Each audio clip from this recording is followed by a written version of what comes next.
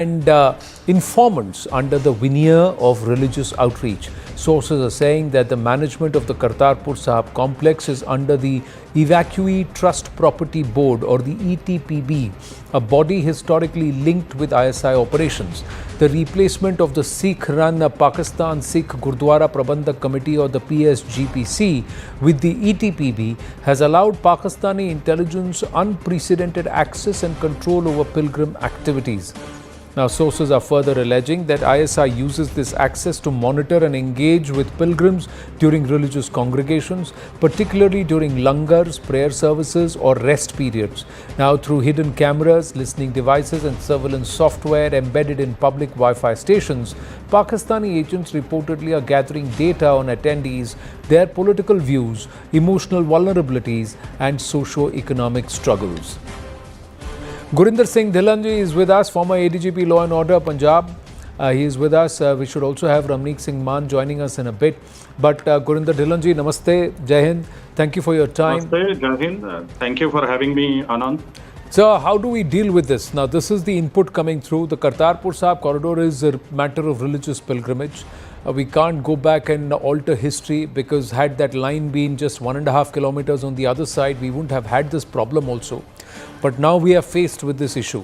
And in the recent spurt of the number of people who are now being unearthed as part of the spy ring cultivated by the ISI, this becomes concerning. Anand, yeah, it's a very good point. But I would like to add that this corridor was opened on 9th of November 2019. But the spy rings were working before that also. Ji. Secondly, you will find that since having knowledge of law and order, intelligence, and having worked in various fields of the state police as an IPS officer, I know that such places are for mutual exchange of intelligence. It is not that it is always a negative point for us. Our intelligence agencies, whether it is RAW, IB, state counterintelligence agencies, it's like a place. For example, if you look at Red Cross, or you will find that all these places are good breeding grounds, but it can be beneficial both ways. So I don't want to go into those details. Right. But just imagine that since November 2019, around 4,14,435 people have visited this Gurdwara Sahib, Kartarpur Sahib. Out of that, maybe 10, 20, you will find that we can say that, not that I only know about 2 people which have been identified, including Jyoti Malhotra and one from Haryana and maybe one from Punjab. The percentage of such people is very low. I also want to add one more thing, that Jyoti Malhotra only once went to Kartarpur Sahib, but twice she went to Pakistan via Atari border. Yeah. So this exchange of visitors is okay, but at the same time, I don't want to deny that whether it is on this side or that side of the border, we need to be very alert on these issues. And now in present day world, when we have like social media platforms, we have Facebook, Instagram, Twitter, LinkedIn, it is very easy for our intelligence agencies also to monitor as to what the other person is doing. And I feel that it is like, for example, if there is 40,000 people sitting in one stadium, right, and they all have mobile phones, for intelligence agencies of ours, as we are very technically advanced, no doubt about that, right, and I have seen how we work, it's not difficult for us to identify who are the black sheeps or who are working for the foreign this thing. Now these have been identified. I think they have been located, pinpointed, because I feel that during Operation Sindoor, our intelligence agencies, they worked proactively and they could identify these. So therefore, what we need to do is that instead of causing obstructions, because I know there are elements on both sides of the nation who don't want to eliminate the political credit which somebody can drive on other side or this side. because it's a very important religious place where Guru Nanak Sahib stayed for 18 years of the last. He came there in 1429 and he left this world in 1413. 1539, 1521. So 18 years he stayed there and he spread the message of Kirti Karna, Naam Japna and Van Shakna. And at the time of his passing away, both the sides, Muslims and Sikhs, both wanted that he is their teacher or God or Guru. So they both wanted to cremate as per their rites. So you imagine that is the place where there are about 15 feet apart, two burial places, one by Sikh rites and other by Muslim rites. And they are very near to each other. But at the same time, coming back to the internal security issues and intelligence agents or spies which can be incorporated, it is typically a both-way exchange. But at the same time, what we need to do is we need to activate our proactively be active so that we identify. Because Anand, I would like to add one more thing before your other panelists come.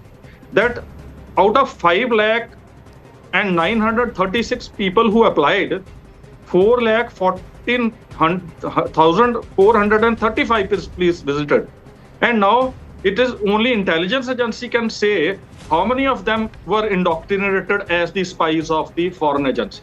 Got it. No, I get your point. You're making a but thing is, sir, in their case, with the enemy is concerned, even if they get 1, 2 or 5 of them, that is enough to cause a certain level of damage, which is there. But the other thing is as to who is managing the Kartarpur corridor Sahib or Kartarpur Sahib corridor and Kartarpur Sahib on the other side. So if they really respect the Sikhs and the Sikh holy sites, then it should be the Gurdwara Prabandhak Committee that should be doing it. Anand, I totally agree. May I please bring in Ramnik Man Gurinder Singh ji? He's been waiting for a bit. Let me ask him. Ji, thank you. So Ramnik Man, your thoughts there? Because Gurinder Singh ji says that the number of people who would... Ji, you heard him. Yeah, please go ahead. Yeah, so good evening, Anand. And like you rightly pointed out, if 5 lakh people had applied for, the visas to go across to Kartarpur Sahib, and 4 lakh something thousand were granted visas, they don't want all 4 lakh to be their spies or their agents. They just need 1 or 2. And I am sure they've got their share of people doing the dirty work they want them to do. So that is one. The second is, when Anand, you say that, it should be the Gurdwara Prabandhak Committee who should be managing this. I think whether it is Pakistan Sikh Gurdwara Prabandhak Committee or SGPC, they're not going to be any better. They're not going to be any better. So as far as the filtration process is concerned, I think the government of India, before you issue a visa or whether you are given a clearance for going to Pakistan, there is a mandatory police verification required. So that should be a little more stringent, and the kind of background verification on the individuals who are regularly visiting to Pakistan should also be taken into account. Well, NTR and other technical surveillances that the gentleman before me was referring to were for identified people, or the softwares that we have would pick up certain keywords. Right. It's not that everything that is coming or going across through digital means will be targeted, and that is how human intel is dwelled upon. Anyone who's dealt with intelligence agencies would know that. And in my opinion, if you remember, Anand, we've discussed on your channel when Kartarpur Sahib corridor was to be opened, there was a whole propaganda run by ISI, and there were those posters of quote-unquote Santaji and everyone. This is something which was obviously open invitation, but I think the Prime Minister stuck his neck out, and for the welfare of Sikhs and keeping in mind the religious sentiments of the Sikh community, he permitted this. These were obviously very clear even when Kartarpur Sahib corridor was opened. Ji, no, I respect and I understand that. The thing is, it's not even about doing the police verification or the checks. The frequency of the trips. Who are the people who are often going? When you go for a one-off pilgrimage, it's a different matter, and they are not the ones who will be immediately cultivated. It's people who repeatedly go, and if the frequency is twice, thrice in a year, that, or perhaps twice or thrice in a quarter, and that then perhaps those people need to be monitored. Just some more information we'd like to share before I go back to Gurinderji. The ISI actually targets individuals who show ideological discontent or have emotional baggage. So more inputs coming through from Manoj Kumar Gupta, that this targeting is done especially on those with family separation trauma from partition. These individuals are often promised humanitarian assistance or financial aid to exploit their loyalty and turn them into assets. Someone like Jyoti Malhotra, with her increasing social influence and a perceived anti-establishment streak, reportedly fit the ISI's profile for an organic ideological fighter. Her access to influential circles and her YouTube presence made her a high-value target. Pakistani handlers like Ehsan Dar, posing as visa coordinators or cultural liaison, began engaging Jyoti Malhotra under the guise of Sikh-Pakistani friendship. She was allegedly introduced to intelligence personnel and offered media support, funding and a platform to amplify narratives downplaying the India-Pakistan tensions and subtly promoting Pakistan's stance on Jammu and Kashmir. Her grooming reflects ISI's strategic shift from overt espionage to subtle ideological influence, hybrid warfare that mixes propaganda with human intelligence or HUMINT. ISI is set to maintain databases on Indian citizens sourced through social media, monitoring and cross-border intelligence. Individuals in sensitive occupations such as defence, journalism and government service, especially from Punjab and Jammu and Kashmir, are pre-identified. Their posts, friends, financial difficulties or emotional expressions online are assessed for vulnerability. Once inside Kartarpur, recruits are often invited to private dinners or offered assistance. Their photos and videos are clandestinely captured with Pakistani officials.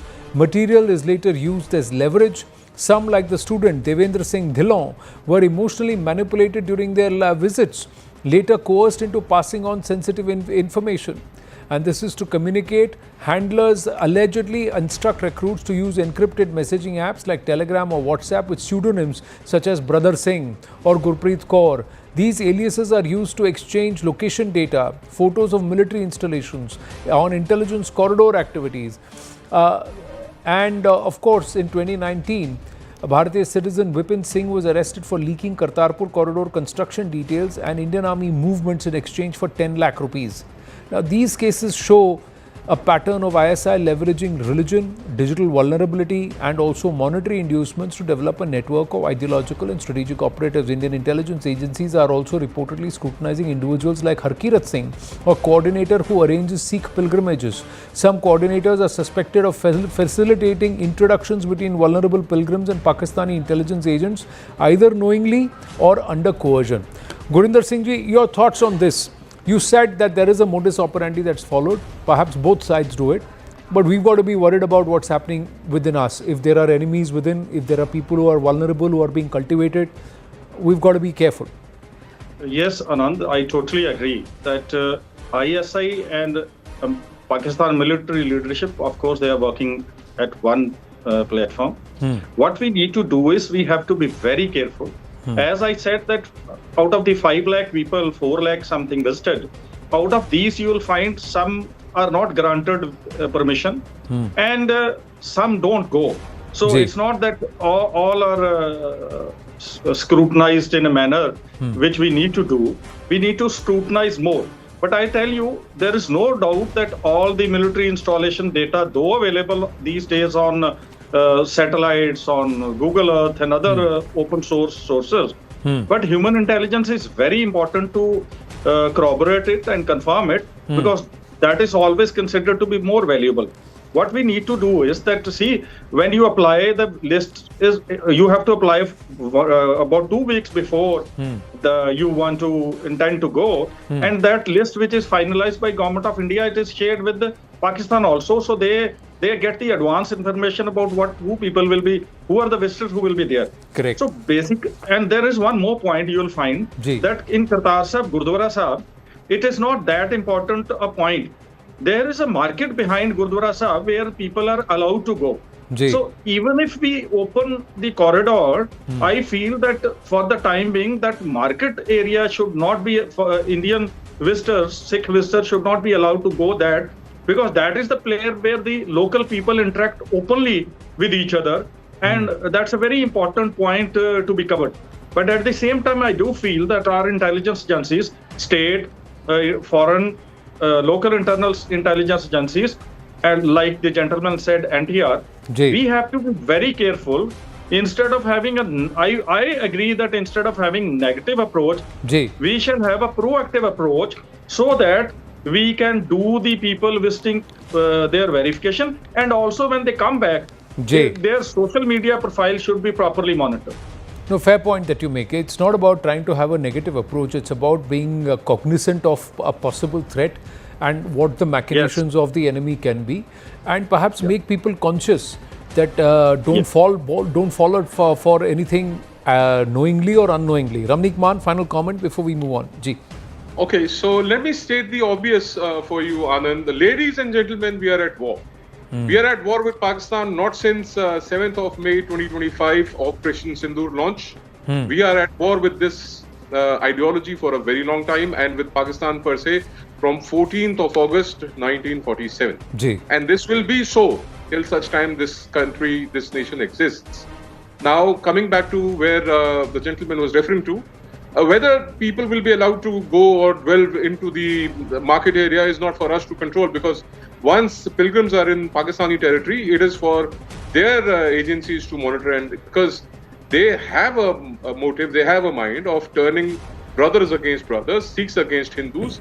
The very concept of two-nation theory was successful in 1947, that Hindus and Muslims can't live together. They are trying to create a wedge between Sikhs and Hindus, that Hindus and Sikhs cannot stay together or live together. Therefore, they have launched this Khalistan bogey. So they will go to any extent to dwell on these things. And when it is said that these images are available on satellites, but they're not available real time, and anything in espionage and counter-espionage, real-time corroboration is very important for execution of any operation, be it for us, for them. So it holds water, it holds good both sides. Anand. Thank you, Ramnik Man and Gurinder Singh Dhillonji. Thank you very much for joining us here on this edition of The Right Stand. Moving on from Punjab to Bengal. A fact-finding committee set up by the Kolkata High Court has submitted its report on the communal violence in Bengal's Murshidabad last month. The report highlights police inactivity and absence during violence. It mentions the presence of a local Trinamool Congress councillor and an MLA at the scene. The BJP has criticized the Trinamool Congress government, calling for an apology from Chief Minister Mamata Banerjee. The TMC maintains that outsiders were responsible for the violence. Now, on the right stand here in this edition, we bring you some damning findings from the Kolkata High Court monitored panel. Victim Jharna Mondal stated that they left for Kartarpur with her family. When they returned to Betbona, their house was completely destroyed. As many as 113 houses were affected badly in the village of Betbona and Murshidabad. Majority of the residents had taken shelter in Malda, but all of them were forced to return by the police administration. The victims have sought permanent BSF camps and Central Armed Forces for their own protection. The victims said that the West Bengal police did not respond. The villagers of Betbona called at 4 p.m. on Friday, 11th of April and at 4 p.m. on Saturday, 12th of April, but the cops did not pick up the call. Victims have alleged that residents of Shamsherganj, Hizaltala, Shiulitala, Digri came masked up. Local councillor Mehboob Alam came with the miscreants on the 11th of April. An MLA was present on Friday. He saw the vandalism and went away. But the violence continued on 12th of April, Saturday, and a man named Amirul Islam actually came back to the village, saw which houses had not been attacked or had been left out, and then the miscreants came and set fire to those houses. On Saturday, the 12th of April, Parul Das's husband and son were beaten to death. The house was broken into by breaking the door, breaking all windows and throwing bottles and stones at the house. The assailants broke the door of our house and took her husband and son away. The assailants covered their faces to avoid revealing their identities. Chandan Das, her son aged 40, And also Hargobinda Das, age 74, had been hit with an axe in the back. The horrific incident happened in Murshidabad's Dhulia Samsherganj district. Temples of residents were destroyed. The water tank and submersible pump were destroyed so that the fire could not be extinguished. Pumps were damaged and uprooted. Attacks were directed by the local councillor Mehboob Alam. Local police were completely inactive and absent. Now listen into what Mehboob Alam had to say. প্রথম কথা আমি তো গন্ডগোলের কাছেই ছিলাম না, যে গন্ডগোলের কথাটা বলেছে সেটা বেদবনার কথা। তো আমি বেদবনায় তখন তো ছিলাম না, আমি ছিলাম তখন নাদাপাড়াতে এবং পালপাড়ার দিকে এই কদমতলাতে ছিলাম। কদমতলা থেকে আমি নাদাপাড়া আসি, সেখানে আমার সাথে 4 জন হিন্দু সম্প্রদায়ের লোক ছিল।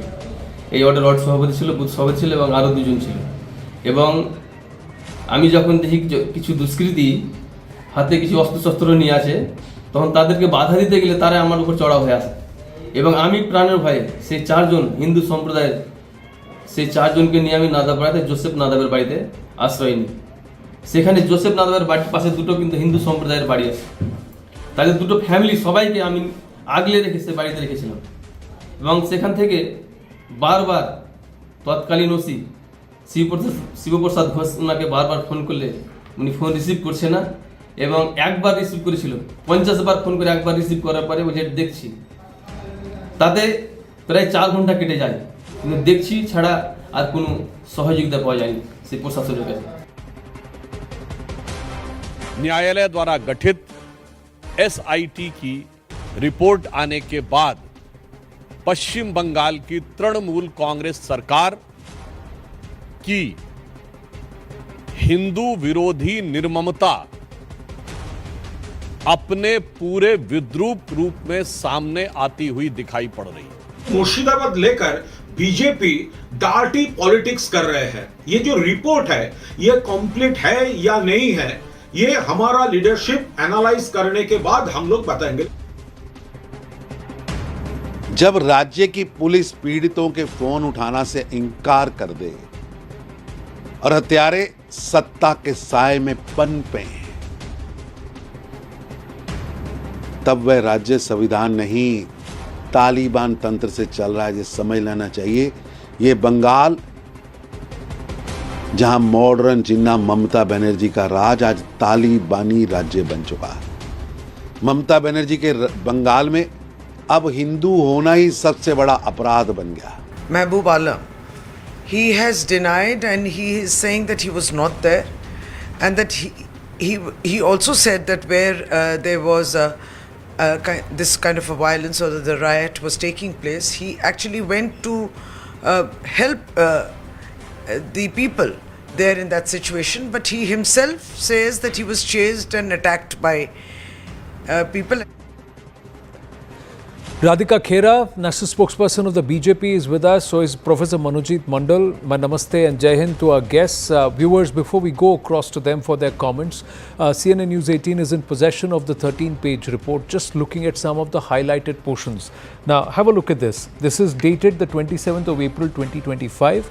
These are the 3 people who were present. Court-monitored fact-finding committee, Shri Joginder Singh, Registrar Law, NHRC, Shri Satya Arnab Ghoshal, Member Secretary, WBLSA, and Shri Shogata Chakrabarti, Registrar, WBJS. And Mr. Subhashish Haldar is the stenographer. And if you were to see, Subhashish Haldar has signed this copy at the bottom here. He's attested, it's self-attested here at the bottom, if you see this. It's self. Now, first one. The orders, Betbona, Shamsherganj, Murshidabad. The victim name is Jharna Mondal and Jharna Mondal. Jharna Mondal is stated they left for Parlalpur with their families. When they returned to Betbona, their house was completely destroyed. House of Badhu Mondal, again 4 p.m. around 4 p.m. the tea stall was burnt to ashes. Badhu Mondal stated he had 1 tea stall, fridge and 2 gas cylinders in their tea stall, and also stock of cold drinks worth rupees 25 to 30,000 rupees. Everything has been looted. Just looking at some of the highlighted pages here, as many as 113 houses affected badly. Majority of the residents had to take shelter in Malda, but all of them have been forced to return by the police administration. What are they saying? Shamchand Mondal says sustained loss of 70,000 and 3 borig of gold ornaments. His Toto van completely burnt, 3 goats taken away. So it's nothing but brazen loot and plunder that has happened. Badhu Mondal has also said she suffered injury on her head and there were 14 stitches that were applied. Okay, let's look at this. The next page, more people who are saying house visibly damaged to the extent of 75 to 80%. This is Shribas Mondal. The house is totally inhabitable, rehabilitation not possible without thorough reconstruction. Every house is not rehabilitable. Subhash Sarkar also says district administration forced to leave camp at Parlalpur High School. His entire house gutted, roof destroyed. Financial loss suffered is approximately 6 lakh rupees. Just moving, and there are so many more. Look at what they are saying. Here is what they are saying. They want permanent BSF camps and Central Armed Forces for protection. West Bengal police did not respond.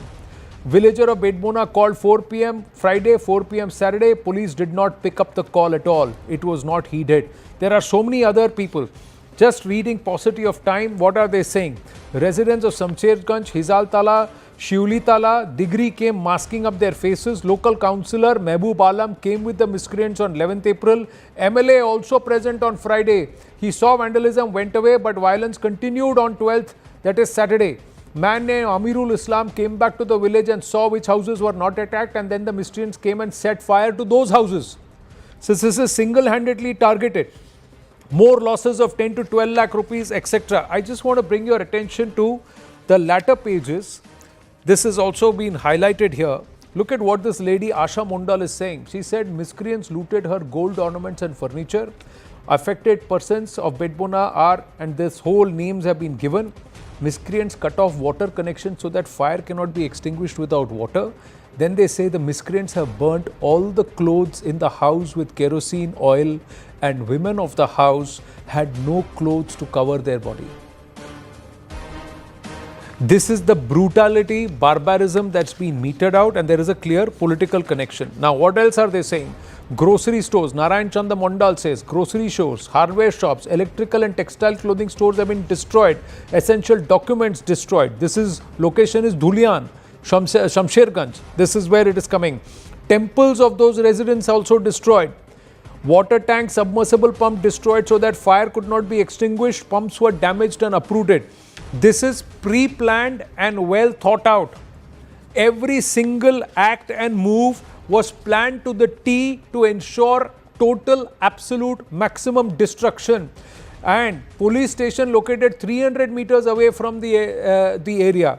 Yet nothing was done. Roof of the house was set on fire and gas cylinder set on fire, which is used for domestic purposes. This is Sukanta Bhattacharya who's saying this. Total affected shops are 29 at Ghoshpara. This is another, last one. Shopping mall located in ward number 12 called Style Bazaar has been completely looted and closed. Friday after 2:30 p.m. the main attack occurred. Attacks were directed by local councillor Mehboob Alam. Local police was completely inactive and absent. Professor Manojit Mandal, if this is not brutal, if this is not identified, track and then loot, then what else is this? Similarly, how did you leave the people in Pahalgam to die? You did not even go to visit that place, right? Still, there's those terrorists at large.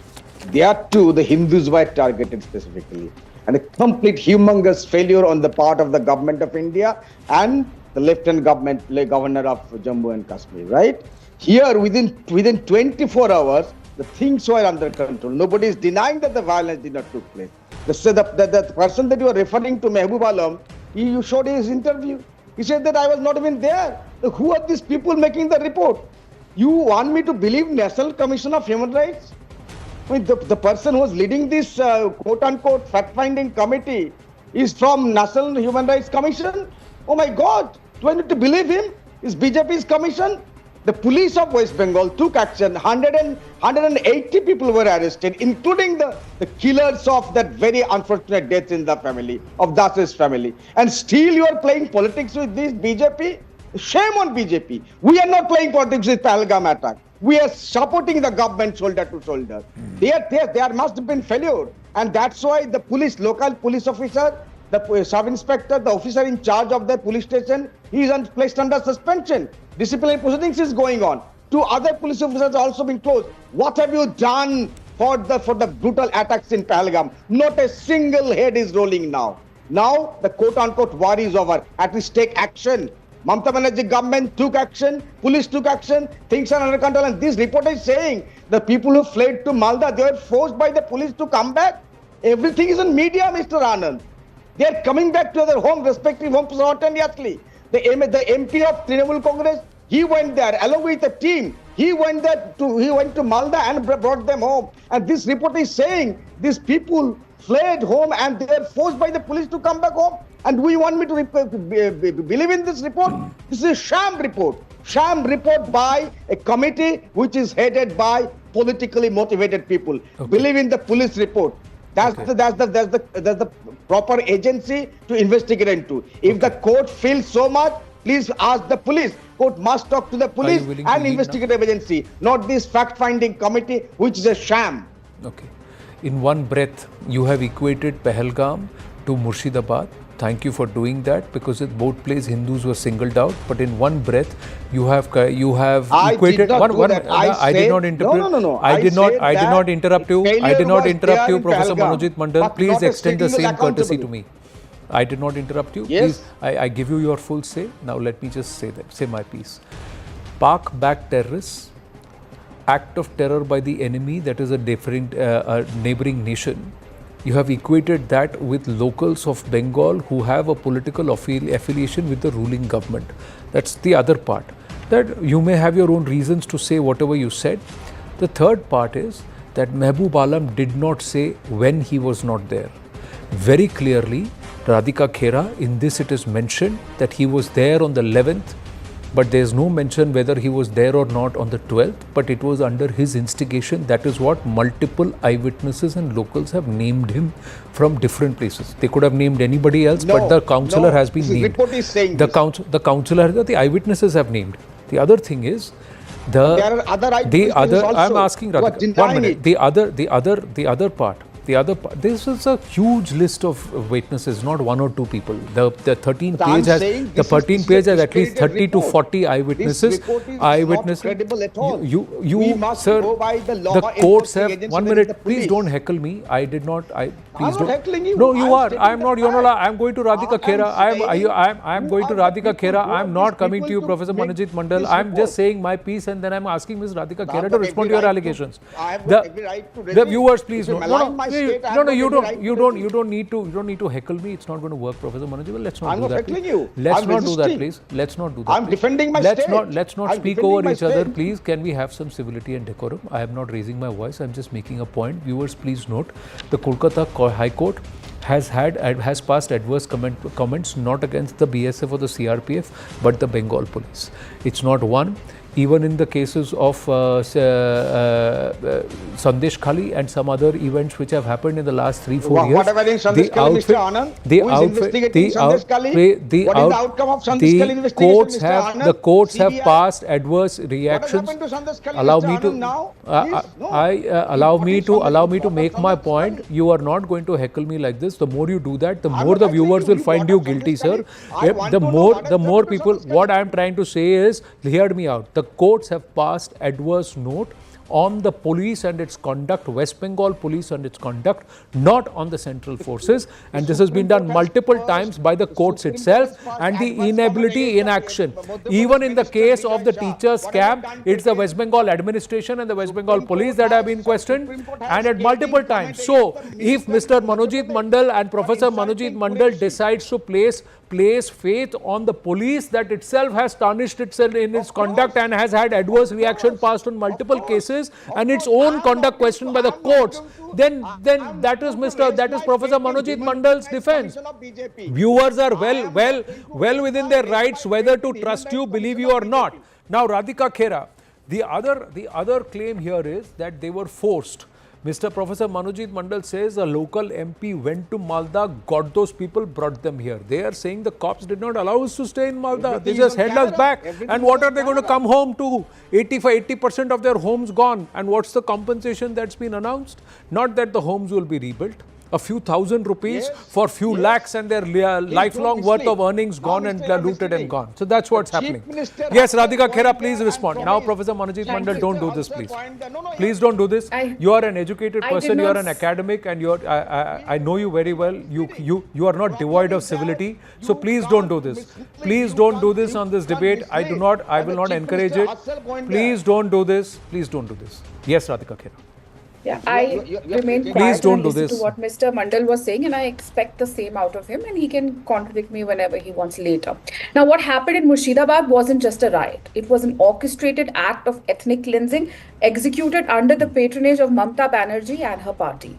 And now that the truth has been officially nailed by none other than a judicially appointed SIT, which is compromising of members of the National Human Rights Commission and the West Bengal Judicial Services. Whatever Mr. Mandal may say that I don't believe, he has no choice. It's the legal way. Now let me take this further. Murshidabad isn't an isolated spark, like you said. It is the last chapter in Mamta Banerjee's long history of appeasement and targeted silence. Whether it was Sandesh Khali, Basirhat, Dhulaghat, now it's Murshidabad. One pattern which repeats itself is that Hindus suffer and the state protects the perpetrators. We've been seeing that in every case. Now in Murshidabad, like you mentioned, 113 Hindu homes were targeted, burnt to the ground, families displaced, cattle killed. No one was spared, and all of this happened under the instructions of a Trinamool councillor, Mehboob Alam, in full public view, while the police chose to vanish. Not passive, not absent, complicit. He's not a councillor. Now, I did not speak when you were talking. Kindly give me the same thing. Please, can you please mute this man? I don't want this. Is a very serious topic over here. He's not understanding the case. Please don't do this. Please don't do this. I will give you your time to rebut you. I will give you your time. I am reading as per the report, sir, what the report said and what the people have said. He is not a councillor. I'm saying not now, no, not any longer. You can say that after I finish. Okay, let her complete. Now, this isn't just an allegation. It's Calcutta High Court's committee report. Mamta Banerjee's Mamta Mai Hriday has stayed silent as Hindus were chased out of their homes, their shops were looted and lives were destroyed. And the SIT report does not just expose negligence, it exposes an entire design. The councillors giving orders, MLAs are standing silent as homes are being burned, police is ignoring distress calls. It is not just complicity, it's an entire system that was working, a system weaponized to alter Bengal's demography and silence its majority. Why? Because elections are a year and a half away and Mamta Banerjee does not have anything to get her votes again. So now she is trying to silence the majority. And while Bengal is burning, the India Alliance, we have to mention them also. The silence that is being peddled by them. The same very Rahul Gandhi who cries hoarse over secularism abroad has not uttered a single word. He is the leader of opposition and yet he chooses to remain silent when the brutal murders of Hargobinda and his son are out. Now, as India is now, since he brought Pahalgam into this, but when India is retaliating to Pakistan's terror in Operation Sindoor, the empathy that suddenly flows in for Pakistan by Mamta Banerjee or the India Alliance is for everyone to see, and now they're comparing this. And when he talked about, when Manojit Mandal talked about that they're standing by the country on Pahalgam issue, I'm sorry, they're not standing by the country. One minute. Ms. Radhika Khera, please understand this. The Trinamool Congress at no point has shown any empathy to Pakistan. It's not. The Trinamool Congress, one minute, please do. I don't want to mute you, Professor Manojit Mandal. Please don't do this. Please don't do this. Please wait for your turn. No. Please wait for your turn. I'll come to you. Can we have some civility, please? I appeal to your better sense. Please don't do this. Please don't do this. Please don't do this. Please don't do this. Please don't do this. Please don't do this. I am just saying, Ms. Radhika Khera, the Trinamool Congress has been unequivocal in its support to the government in its action against the perpetrators of Pahalgam. One, what they have asked is a question that the government at some point in time has to answer. Who is responsible for the negligence that allowed Pahalgam to happen? Have heads rolled on the whoever was the person who, because of whom there was a lapse in security. How is it that the local intelligence did not get? These are all relevant questions that the opposition or anybody has the right to ask. When they ask that question, you cannot say they are empathetic to Pakistan. Please don't do that. Anand, there have been multiple instances when leaders of TMC and their MPs have spoken against India and favored Pakistan, spoken by Pakistan's playbook, whether it was after the Pahalgam incident or in this case, we're digressing. In this case, if the opposition asks for who's been head, which we head are at has war, ruled for- Anand. This is not the time when you ask questions. No. After the country is No, out of war, you can ask as many questions as you want. Pahalgam, And our but DGMO no has question gone is on being record, asked on and I'm sure Operation you saw Sindoor. that. Let Question me is being complete. asked I'm on sure what you saw happened on that the 22nd the of DGMO April, has and answered. it should The not. DGMO No, answered DGMO the does Hindu not. journalist when Again, asked Radhika how Khera, many we are people were digressing, found but out. let me And he please said correct we you are here. at war. Question is not being asked on Operation Sindoor. Question is being But asked on the we need 22nd to of have April, that and how did it as well. happen, and who's been made, who's been showcased for it, and why has it been accepted on the question? Because if that question is being asked, and the Trinamool Congress has the gumption or perhaps has the right to ask that question of you as far as Jammu and Kashmir is concerned, then that is what gives you the right to ask the Trinamool Congress what is happening in its own backyard in Bengal. It has a sorry record of management of affairs in Bengal by the Home Minister of the state, who's also the Chief Minister of State. Please ask that question. But you cannot say that you can't ask me questions. Because I never said you cannot ask me questions. When I say ask me questions, I mean the government of the day in Jammu and Kashmir. Exactly, I'm saying that only. I never said you cannot ask the government questions. Two, I said when you talk about Pahalgam, when you talk about Pakistan, when you talk about Operation Sindoor, and even right now on the debate, well, then you cannot say that we will not. You have to even come out. The India Alliance has to come out and speak for Murshidabad. Why have they been silent? If you didn't hear me, that's not my fault. And I will correct the TMC spokesperson if he's going to say that, oh, we are standing by the government. No, you did not stand by the government, which is why you had a problem when this entire delegation is being sent and you refused to send your delegate and said this is a matter of the central government. It has nothing to do with us. Well, then Mamata Banerjee should not even speak on CA and NRC. Coming back to the topic. Now, Mamata Banerjee has the audacity to claim that it was an outsider conspiracy. How many more lies will the India Alliance sell to shield its vote back violence? How many more reports will be there before the so-called secular brigade? If things are so bad in Bengal that report after report is showing that, why is it that there is no president's rule that's been imposed? Why is it that people are suffering? Then these people will cry horse ki democracy khatre mein, and they will reach the same USA which they have a problem with today, and Rahul Gandhi will cry, please help us, democracy khatre mein India mein. Right. We've just got Professor Mandal, I've just got news coming through on the Pakistan front. I have to go across to it. My apologies. Have to go to this because this is big.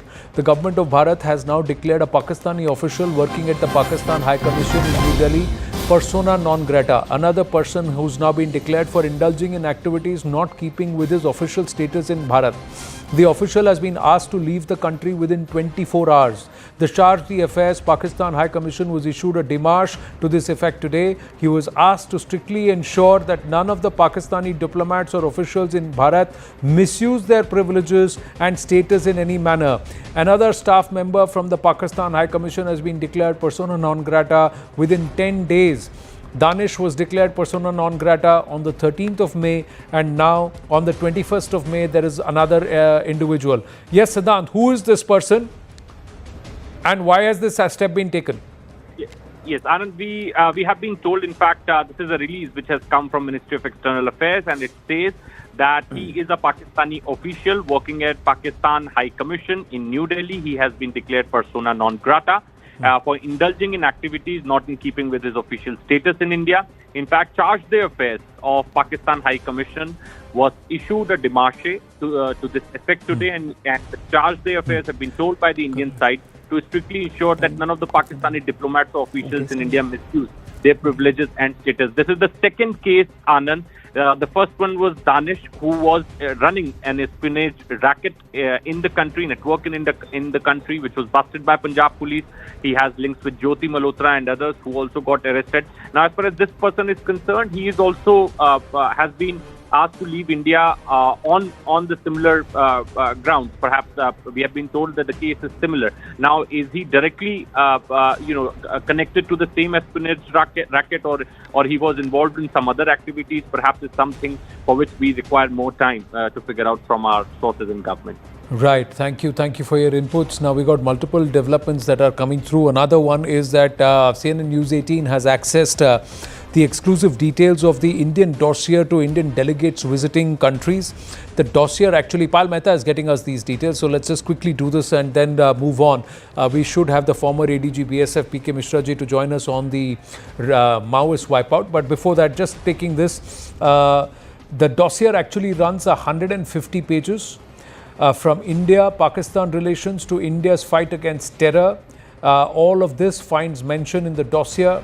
So even as the offensive against those who are working against the interest of our country as a Pak official who's been declared persona non grata continues, we have another big news coming through that the dossier that Bharat is going to present to the world, about this delegation that it's taking with it a comprehensive dossier that runs into 150 pages. There is a history also of the amount of actions that have been taken, stressing that every inch of Jammu and Kashmir is Bharat's territory. So this is also there. The documented details, also details including social media warfare waged by Bharat against Pakistan under Operation Sindoor, or there is also this entire narrative that was waged by the Pakistanis and how they tried to spread disinformation and how Bharat has tried to counter all of that. So there is war at multiple stages that's happened. The offensive, Payal Mehta is with us. Yes, Payal. So a comprehensive dossier that lists the past, the present and also the action taken, the facts. There are two sets of dossier that have actually been given to all the members who are going. One is, of course, the talking point that they have to really present, Anand. And the second has the detailed itinerary, the travel documents, also, with who all they'll be meeting. All of that is also there with various delegations. But the most important point is that India said that every inch of Kashmir is ours and we have not conceded any territory to Pakistan. Also, it lists in detail the history between India and Pakistan from day one, how it got bifurcated into two nations. It speaks about the two-nation theory. It speaks about the fact that Srinagar is being the land of the Shankaracharya, and speaks about the Shankaracharya temple also for that matter, and why it was important to take that Operation Sindoor into consideration, because it also lists the history of the terror attacks that Pakistan has in fact done on India. So a huge 150-page document that has been given to all members of the travelling delegation is what I'm given to understand. Right. Thank you for those inputs, Payal. And if we are able to access certain pages and other portions, viewers, be rest assured, Payal will be the first to get it and we'll be the first to put it out here on CNN News 18.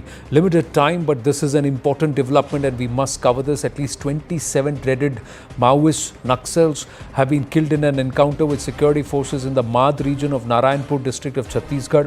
Basava Raju, the prime conspirator behind the 2003 Alipiri bomb attack on the then Andhra Pradesh Chief Minister Chandrababu Naidu, was also eliminated in this operation that's been ongoing for more than 50 hours. A joint operation was launched in the Abuj Madh area based on intelligence about a senior Maoist cadre from the Madh division. The encounter took place in dense forest between Abuj Madh and Indravati National Park, an area where a joint team of the District Reserve Guard, DRG police from 4 districts, and it was an out-and-out operation against Naxals. There's been huge rounds of congratulations and also declarations that have been made by the Prime Minister and the Home Minister, Home Minister Amit Shah actually putting out in his post that nearly 54 have been arrested and about 84 have surrendered.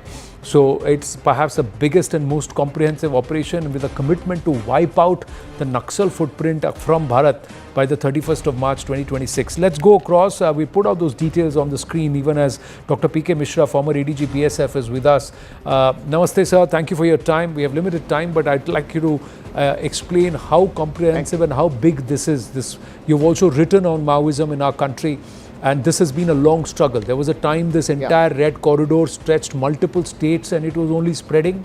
And now it seems to be shrinking to a small dot.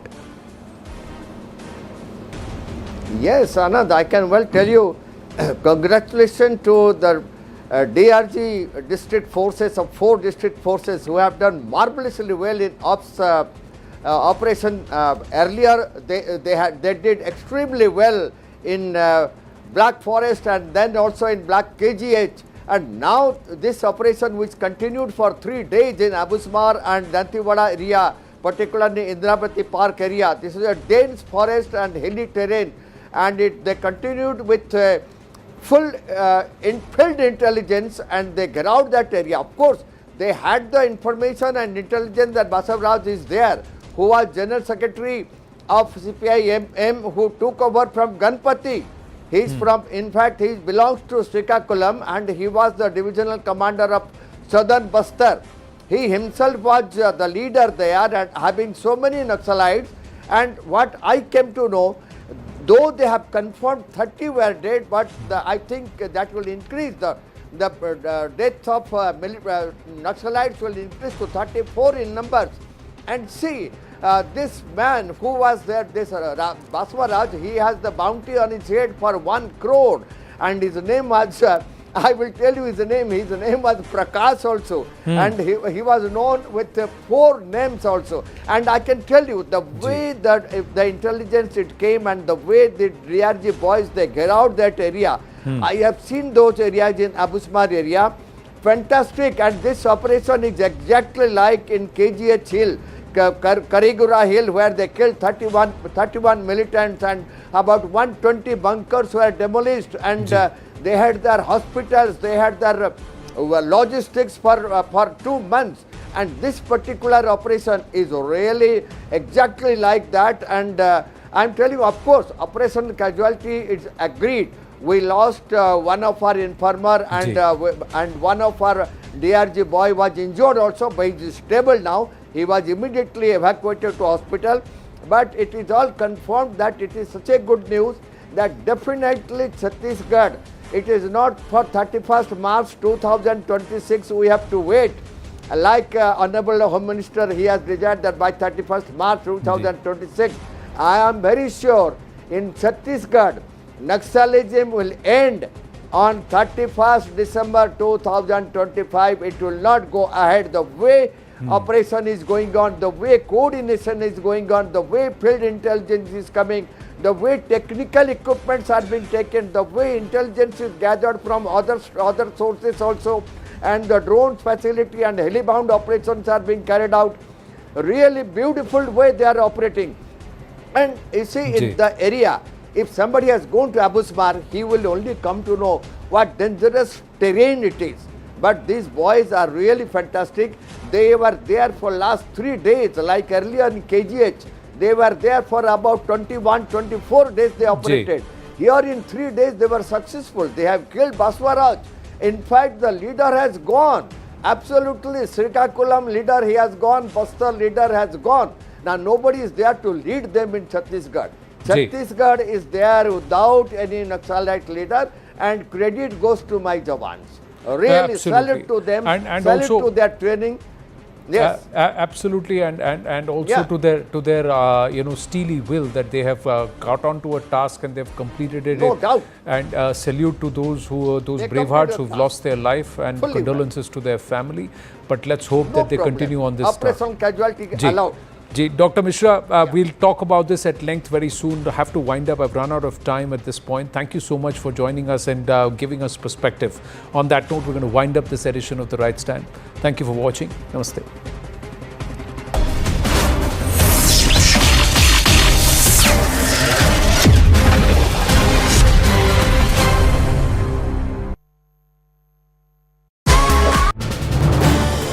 This is News 18 Network.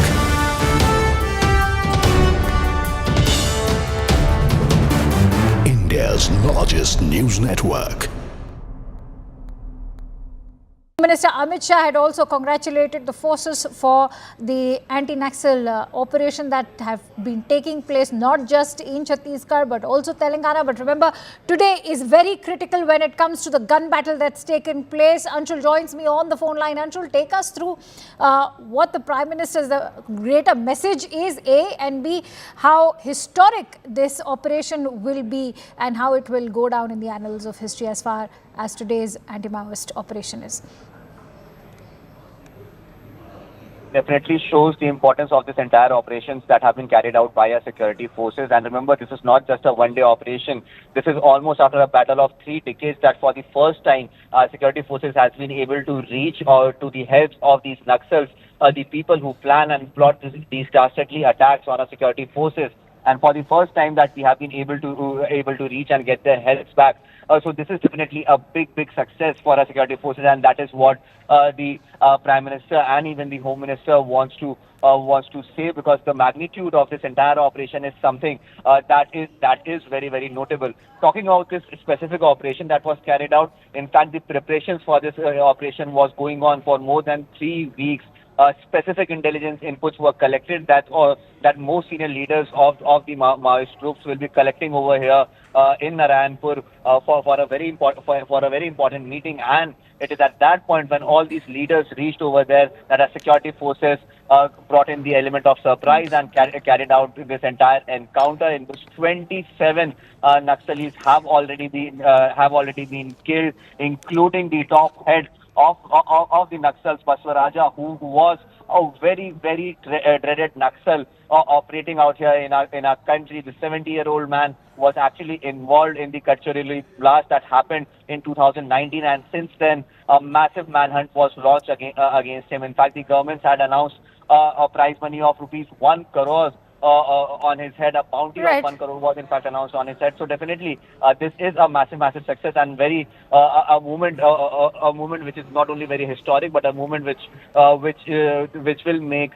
the entire security forces and citizens of the country very proud as well. Absolutely, and Anshul, important to also highlight and share what the Union Home Minister has had to say. Amit Shah has gone on to talk about how after Operation Black Forest, over 80 have been, in fact, over 80 have surrendered and 54 have been arrested as well. And this also is pertaining to states apart from Chhattisgarh. You're looking at Telangana, you're also looking at Maharashtra.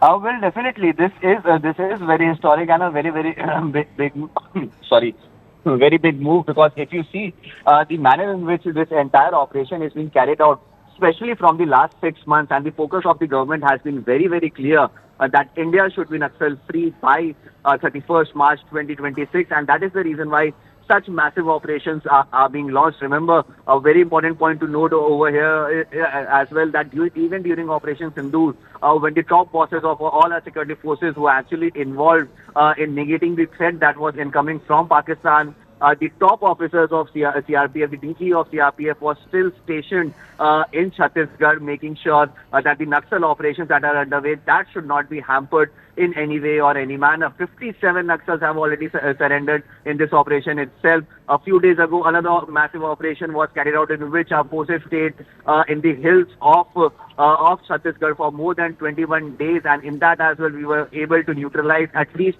32 Naxals. So the operations are in full point in time, and the threat is so much so for the Naxals that they are now pleading the government to come and have a dialogue with them. But the aim and the motive of the government is absolutely clear, that there will be no talks until and unless Naxalites are absolutely wiped out from the face of a country's map. Anshul, to talk about today's operation particularly, how landmark is it, given that in 3 decades, the first time forces have in fact gunned down a General Secretary ranked Maoist leader? Well, definitely, this is very historic. As you rightly mentioned, it has happened for the first time in 3 decades that the Indian armed forces and the Indian security forces have in fact been able to reach on the top bosses of Naxals. Because remember, these people, the top bosses of these Naxalite groups actually stay hidden, actually stay absolutely underground. Their movements are absolutely protected by the forces as well. But the manner in which we have been able to gain that intelligence about their whereabouts at a time when such an important meeting was about to happen of top Naxal heads, this is first a victory of the intelligence Bureau of India and the local intelligence that was collected from on-ground sources by the CRPF and other agencies who are deployed on the ground, and then acting on that intelligence in such a manner that it became an absolute surprise for all these Naxalites who were meeting today again to actually plot some sort of action that they could take against the security forces of the country. Definitely, this is a very historic a feat that has been achieved, a feat that will be remembered by generations to come, because over the last 3 decades, there have been gun battles, there have been encounters that has happened, but this has generally happened with the people who were at the lowest end of the spectrum, the on-ground forces. Right. These were the people who used to have this tussle with the security forces. But today, we have gone ahead and made sure that the top bosses of the Naxalites are destroyed, and then eventually the bottom half of the Naxal pyramid can actually be dealt with. Stay with me, Anshul. This is News 18 Network.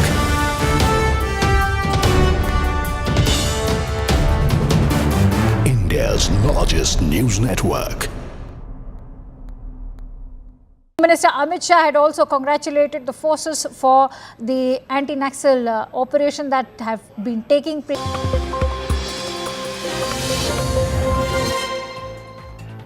Good evening, you're watching Brass Tacks, I'm Zaka Jacob. There is a political back and forth between the government and the opposition around the aftermath of Operation Sindoor. Today, for the first time, two delegations are leaving India. They will be going to global capitals in a bid to try and convince the world about why India needed to undertake Operation Sindoor. They will also try and recapture some of the lost narrative and also de-hyphenate India and Pakistan, which is what our foreign policy has attempted to do over the last 25 years. At a time such as this, the Congress led by Rahul Gandhi has been trying to poke holes in the official narrative around Operation Sindoor. But senior leaders in the Congress party itself are not entirely in agreement. In private, they are saying that this is actually a zero-sum game, that the Congress party is not reading the mood of the nation. Whether it is a Shashi Tharoor who's been chosen to head the delegation that goes to the United States, a Salman Khurshid is also going along with one of the delegations, and now even former Home Minister P. Chidambaram, all seem to be suggesting that this is a moment that calls for national, if not political unity, because the country has to present a united face, particularly at a time when India has to do the hard yards, to go the extra mile to recapture some of the global narrative, to try and de-hyphenate, as I said, India and Pakistan yet again.